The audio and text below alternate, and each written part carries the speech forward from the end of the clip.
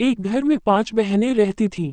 पहले को टोटी कहा जाता था, दूसरे को फटी कहा जाता था, तीसरे को फिनकी कहा जाता था, चौथे को मुरी कहा जाता था और पांचवे को भूतनी कहा जाता था।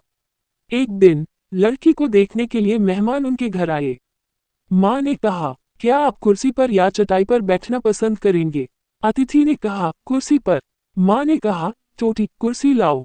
अतिथि ने कहा, नहीं, हम चटाई पर बैठते हैं। माँ ने कहा, फिफ्टी चटाई ले आओ। मेहमानों ने कहा, नहीं, हम बस जमीन पर बैठेंगे। माँ ने पूछा, क्या लोगे, दूध या चाय? अतिथि ने कहा, मुझे चाय दो। माँ बोली, फेंकी, चाय ले आ। मेहमानों ने कहा, नहीं, चाय छोड़ो, दूध दो। माँ ने कहा, मरी हुई भैंस का दूध ले आओ।